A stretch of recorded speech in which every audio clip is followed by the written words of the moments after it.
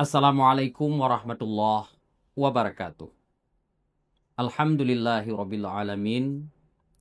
Wassalatu wassalamu ala sayyidina Muhammadin wa ala alihi wa sahbihi ajma'in. Lon Tuan mengucapkan selamat kepada Tengku Haji Muhammad Ali atau Abu Payapasi atas pelantikan atau pengukuhan sebagai Imam Besar Masjid Raya Baitur Rahman, Banda Aceh.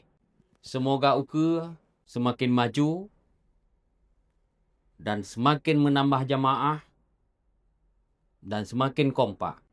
Semoga dengan keberadaan Abu Payapasi di Masjid Baitur Rahman, Banda Aceh lebih menggaung lom tentang peningkatan syariat Islam, pendidikan, dan menjalin kekompakan mandum-mandum ulama yang ada di Aceh. Semoga Allah geberi umur panjang dan gelimpahkan rahmat selalu kepada Abu, dan mudah-mudahan Aceh semakin jeroh dan semakin taat dan semakin keng syariat Islam yang ada di Aceh.